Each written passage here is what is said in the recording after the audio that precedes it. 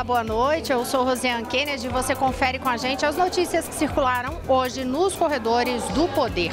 Ministro do Supremo Tribunal Federal nega pedido do PCdoB para fatiar denúncia contra Michel Temer. E plenário da Câmara dos Deputados lê a denúncia contra o presidente. Votação está prevista para amanhã. Os detalhes você confere com a gente a partir de agora, aqui diretamente de Brasília, pela TV Brasil, pela Rádio Nacional e emissoras públicas de todo o país.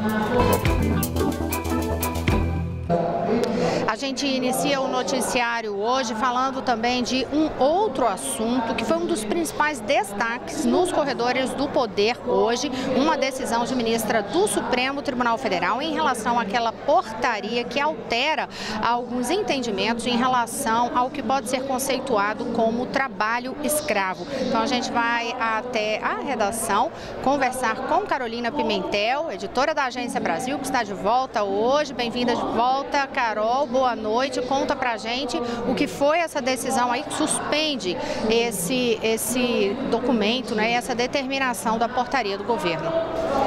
Boa noite, Rosiane. Bem, a ministra Rosa Weber, do Supremo Tribunal Federal, concedeu uma liminar, que é uma decisão provisória, suspendendo aquela portaria, a portaria 1129 do Ministério do Trabalho, portaria que alterou as regras de fiscalização do trabalho escravo.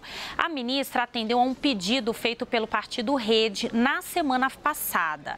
A ministra Rosa Weber acatou os argumentos do partido de que essa portaria abre margem para a violação de princípios fundamentais da Constituição, entre eles o da dignidade humana, do valor social do trabalho e o da livre iniciativa. Para a ministra, essa portaria desrespeita esses princípios quando restringe conceitos como o de jornada exaustiva e de condição análoga à de escravo. Bem, essa suspensão vai vigorar até que esse caso seja apreciado em definitivo pelo plenário do STF. E a ministra Rosa Weber, ela é também relatora de outras duas ações que estão no STF contra a portaria. Depois dessa decisão da ministra Rosa Weber, o Ministério do Trabalho divulgou uma nota defendendo a legalidade da portaria e disse que vai cumprir integralmente essa decisão judicial, apesar de ser uma decisão temporária. O Ministério reiterou que o compromisso de continuar aprimorando as ações de combate ao trabalho escravo no país e acrescentou, inclusive, que vai acatar sugestões da Procuradora-Geral da República, Raquel Dodge. Ainda segundo o Ministério, cabe agora à Advocacia Geral da União tomar outras decisões jurídicas dentro desse caso. Rosiane.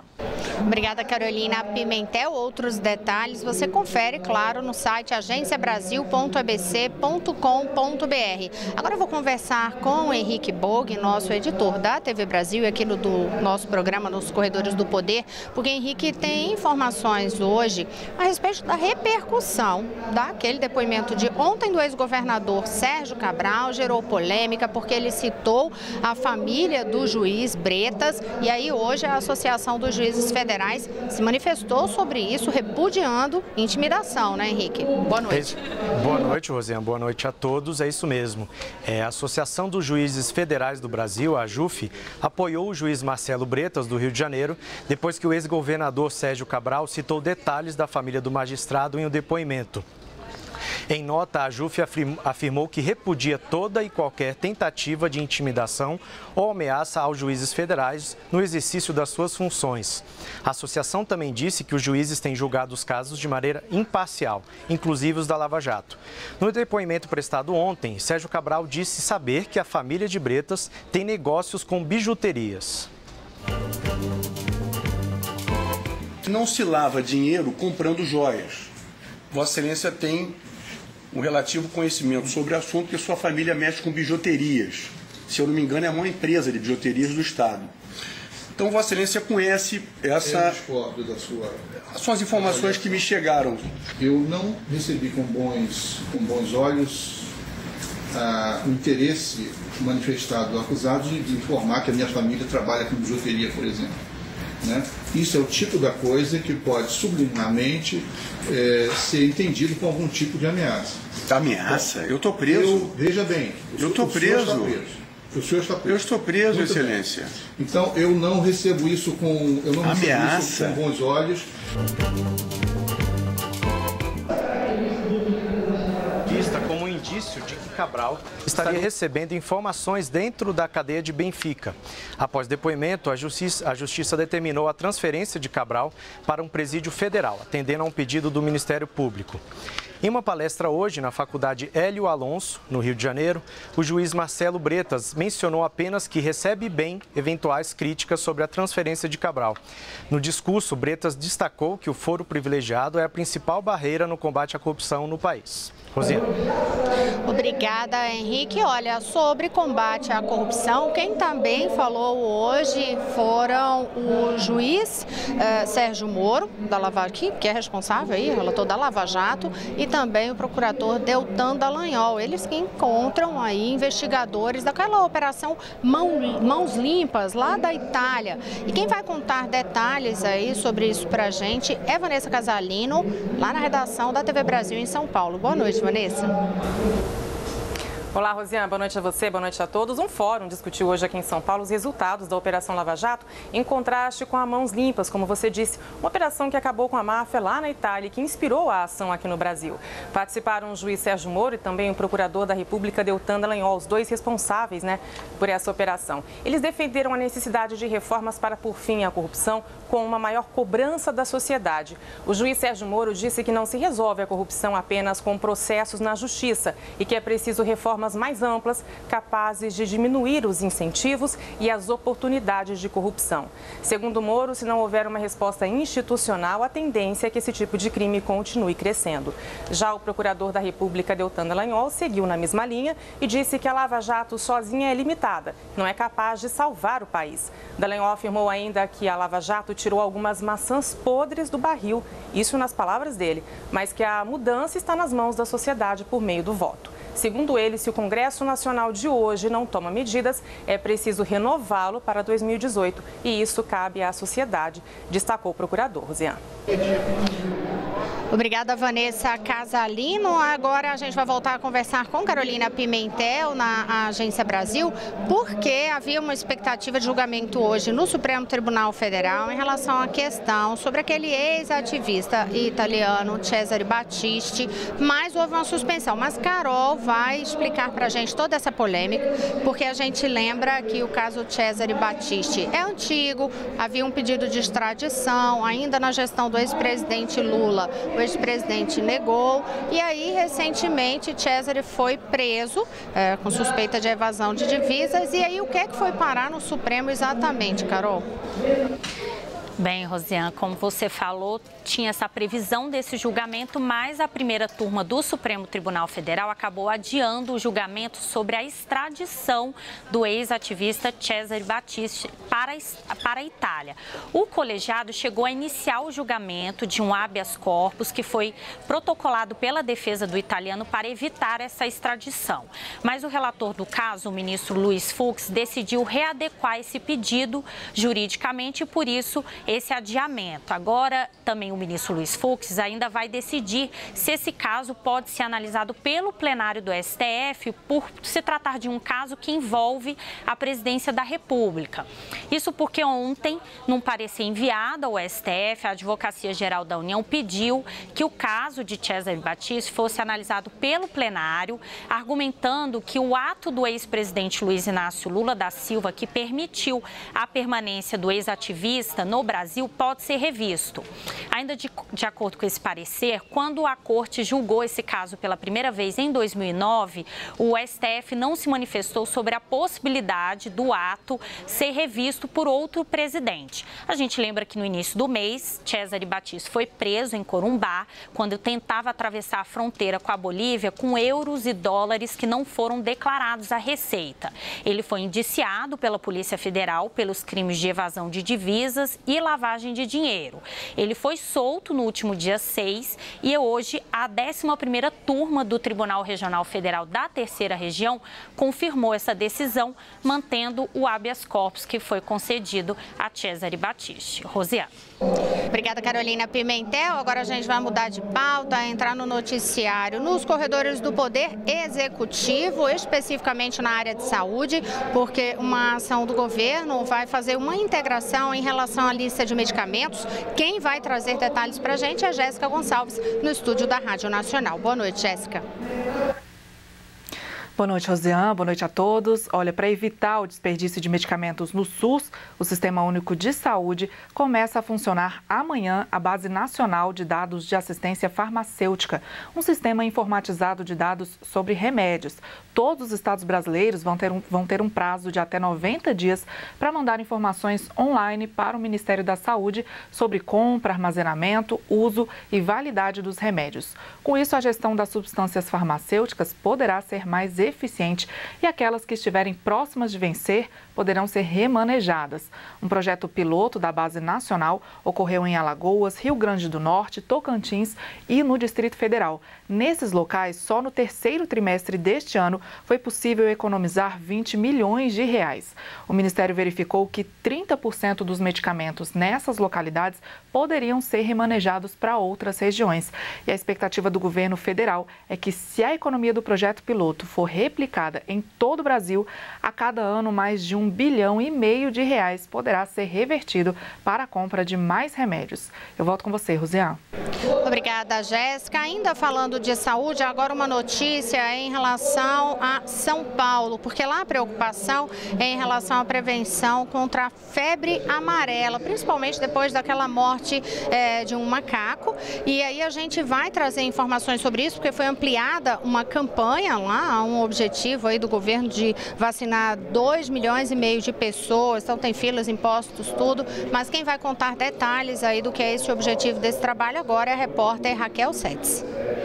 A Secretaria Municipal da Saúde pretende imunizar ao todo 2.500.000 pessoas.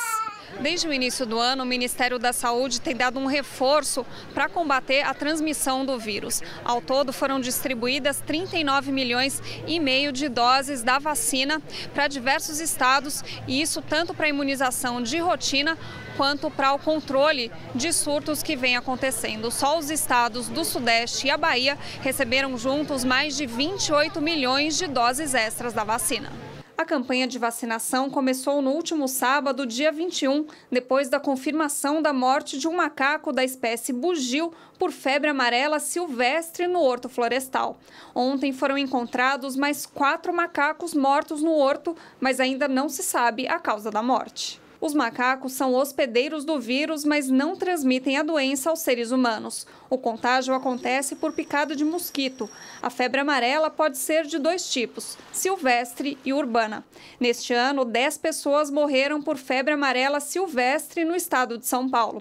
O Brasil não registra nenhum caso da urbana desde 1942. No próximo bloco, você confere com a gente as notícias aqui diretamente do plenário da Câmara dos Deputados. Eu volto já.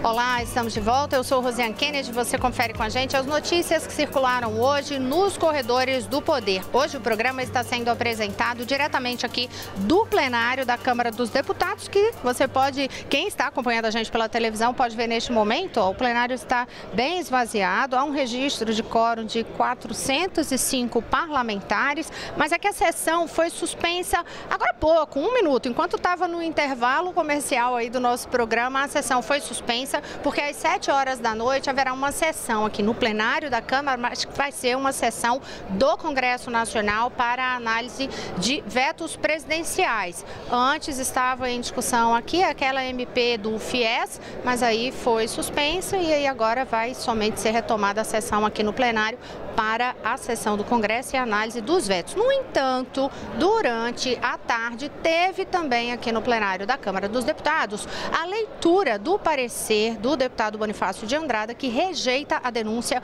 contra o presidente da República, Michel Temer. Não é, Mariana Jungmann, que está aqui ao meu lado? Aliás, passou a tarde inteira aqui no plenário da Câmara, né, Mari? Boa noite. É verdade, Rosiane, boa noite. E olha, como você disse, houve a leitura do parecer do deputado Bonifácio de Andrada, hoje pela deputada Mariana Carvalho, aqui no plenário da Câmara, uma leitura que durou cerca de 1 hora, um pouquinho mais que 1 hora aqui, e isso marca a chegada da denúncia, então, então ao plenário da Câmara para que a votação ocorra amanhã. No entanto, o que vai acontecer amanhã é essa votação do parecer do deputado Bonifácio de Andrada pelo arquivamento desse processo contra o presidente Michel Temer e não aquela peça original enviada pelo Ministério Público aqui à Câmara dos Deputados. Rosiane, a gente separou um trechinho dessa leitura, da conclusão ali do relatório do deputado Bonifácio de Andrada, que foi lida hoje pela deputada Mariana Carvalho. Vamos acompanhar. Por fim, considerando que a denúncia não preenche os requisitos constitucionais e legais, que o presidente da República não pode ser responsabilizado por atos estranhos ao exercício de suas funções, que não há justa causa para o prosseguimento da denúncia, baseada em delações sob suspeita e considerando ainda que a decisão da Câmara dos Deputados não é definitiva e que nenhum prejuízo ocorrerá à eventual persecução criminal e à pretensão punitiva do Estado, sobram argumentos para a denegação da autorização solicitada pelo Supremo Tribunal Federal. Lembrando que agora há pouco o ministro Marco Aurélio Mello, do Supremo Tribunal Federal, recusou ali o pedido de liminar, rejeitou o pedido de liminar feito pelo PCdoB para que a votação de amanhã fosse suspensa e para que essa denúncia fosse fatiada, né? Porque a denúncia trata do presidente Michel Temer e dos ministros Eliseu Padilha e Moreira Franco. Então o PCdoB pedia então a suspensão da votação e esse fatiamento. O ministro recusou as duas coisas, disse que essa é uma decisão que cabe internamente à Câmara dos Deputados e internamente na Câmara dos Deputados a mesa diretora já rejeitou esse mesmo pedido feito pela oposição. Aliás, Rosiane, oposição e base aliada também passaram a tarde hoje aqui na Câmara traçando suas estratégias ali, se programando para essa votação de amanhã. A oposição pretende evitar o quórum a todo custo desde o início da votação, então não vão registrar a presença inicialmente aqui no plenário da Câmara, até com o jogo do Grêmio, viu, Rosiane, que vai jogar pela Libertadores amanhã.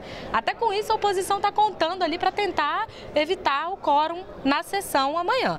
Já a base aliada tem certeza que tem votos já suficientes para evitar o prosseguimento da denúncia, mas mesmo assim ainda trabalha ali junto aos indecisos, vamos dizer assim, tentando aumentar esse número. Até porque a gente tem que lembrar em relação a essa estratégia, porque é o seguinte, a oposição diz claramente, admite claramente quando conversa com a gente que não tem votos de forma nenhuma para derrubar esse relatório que rejeita a denúncia contra o presidente da República, Michel Temer. Eles precisariam de 342 votos. E aí, por causa disso, a estratégia, então, é não colocar pessoas em plenário, porque também é necessário ter, no mínimo, esse número de pessoas para a votação poder ser realizada aqui no plenário da Câmara dos Deputados. Em relação ainda às discussões aqui de Congresso Nacional, Mariana, não é só sessão do Congresso Nacional que começa daqui a pouco e Câmara dos Deputados, não. O Senado hoje com um dia bastante movimentado, inclusive uma das discussões é em relação à questão do Uber, né, a regulamentação do Uber, mas antes, eu sei que você até tem uma informação que acabou de chegar aqui de última hora a respeito de uma outra votação que estava ocorrendo lá, que a gente amanhã traz com mais detalhes, mas só para a gente não deixar o assunto passar batido, só uma observação que a produção está me avisando aqui, uma correção em relação ao que eu falei na volta do programa aqui do intervalo, nosso intervalo, que não tem intervalo comercial, gente, a gente é TV pública, não tem como ter comercial aqui, então do nosso intervalo, perdão aí pela falha, então vamos voltar aqui à pauta em relação ao que está lá no Senado Federal, Mari. Então, Rosiane, hoje foi um dia movimentado lá, desde cedo a gente começou com manifestações de taxistas e depois de motoristas dos aplicativos, né, Uber, Cabify, 99, tem vários aplicativos aí agora de transporte de passageiros, porque o projeto que regulamenta esses aplicativos está em vias de ser votado no Senado. E aí havia uma perspectiva de que ele fosse votado hoje na Comissão de Ciência e Tecnologia, um relatório do senador Pedro Chaves, que modifica bastante o projeto original que foi aprovado aqui na Câmara dos Deputados. Mas não houve consenso ainda sobre a votação desse relatório. Os líderes partidários do Senado se reuniram durante boa parte da tarde e não conseguiram, então, um acordo para que o projeto fosse votado, inclusive no plenário hoje, porque havia essa expectativa, viu, Rosiane? Então, o presidente do Senado, Eunício Oliveira, decidiu que iria colocar na sessão de hoje, deve acontecer mais tarde, mas ao fim da ordem do dia, um requerimento de urgência para esse projeto. Assim, ele não vai mais tramitar nas comissões, vai direto para o plenário, mas essa votação só deve acontecer na próxima terça-feira. E durante as últimas semanas a gente tem visto mesmo essas mobilizações aqui na esplanada dos ministérios. No plenário, no entanto, tinha aquela discussão em relação à polícia penitenciária, né? Amanhã a gente vai detalhar o que é que foi, o que é que ocorreu ali, o que é exatamente esse projeto, mas só para saber que isso estava lá agora. Exatamente. E acabaram de aprovar em segundo turno a proposta de emenda à Constituição que cria essas polícias penitenciárias, né? Então dá aos agentes penitenciários a condição de policiais, mas a gente detalha isso melhor amanhã. É só para você realmente saber que a gente está atento aqui dentro do plenário da Câmara, recebendo informação do plenário do Senado conectado o tempo inteiro, né? Informações de bastidores a todo momento. A gente segue no noticiário, agora voltando a conversar com o Henrique Borg, na redação da TV Brasil. Agora para uma informação ainda triste, que é sobre essa situação aqui da Chapada dos Veadeiros, mais a atuação de governo para poder enfrentar aí esse incêndio, né? Como é que está a situação, Henrique? Pois é, Rosiane, o Instituto Chico Mendes, o ICMBio, disse que um incêndio na Chapada dos Veadeiros, em Goiás, foi criminoso. O fogo já atingiu mais de 20% do Parque Nacional. A suspeita é que o incêndio foi causado por fazendeiros em reação ao recente aumento da área do parque. Em junho deste ano, o governo federal ampliou a área de 65 mil para 240 mil hectares. O chefe do parque, Fernando Tatagiba, informou que o incêndio avançou além das barreiras de contenção. Para ele, quem iniciou a queimada conhece a dinâmica do vento e do fogo. O incêndio começou há uma semana. A Prefeitura de Alto Paraíso, que é um município localizado na Chapada, decretou situação de emergência.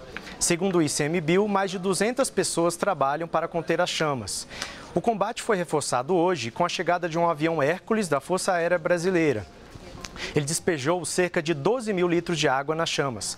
Para amanhã, estão previstas 5 saídas do avião para combater o incêndio. Rosiane.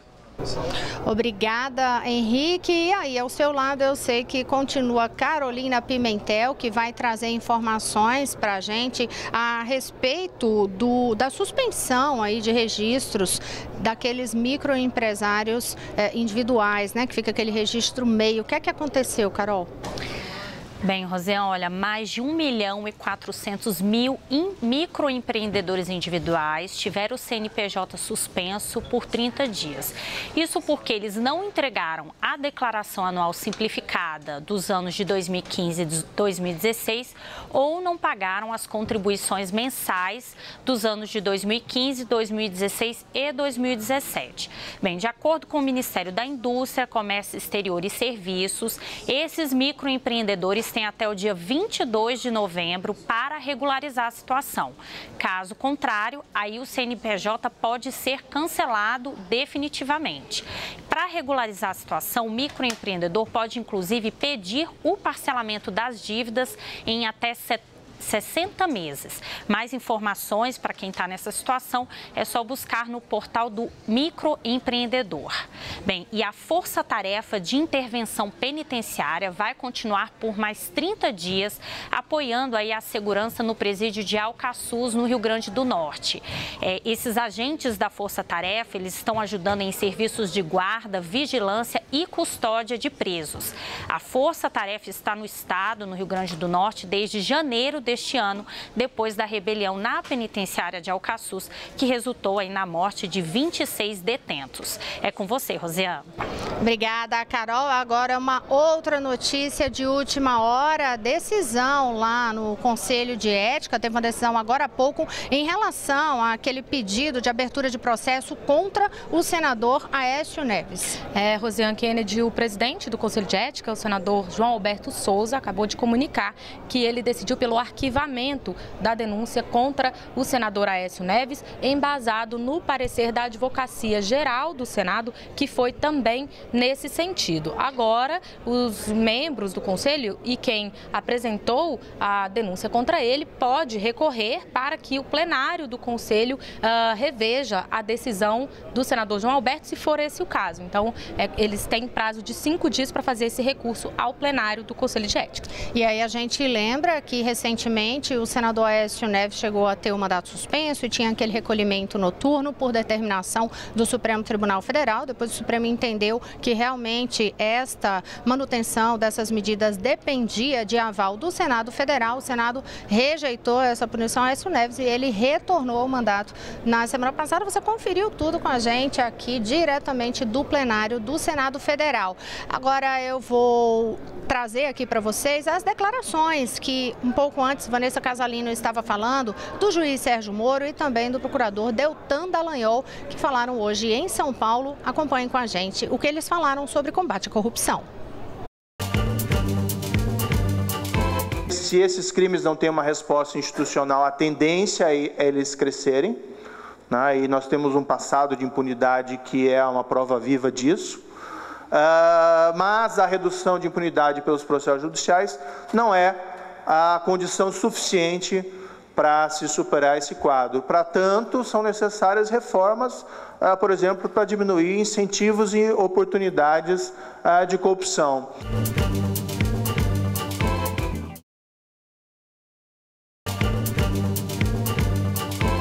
Nós retiramos algumas maçãs podres do barril com toda a limitação que o sistema tem. É preciso ir muito além disso. E não há solução para isso fora do sistema político. E com essas informações a gente encerra o noticiário hoje nos corredores do Poder. Amanhã a gente está aqui de volta diretamente do plenário da Câmara dos Deputados. Quem fica aí com a programação da Rádio Nacional acompanha agora a Voz do Brasil. Boa noite a todos, até amanhã. Boa noite, Mari. Boa noite, até amanhã.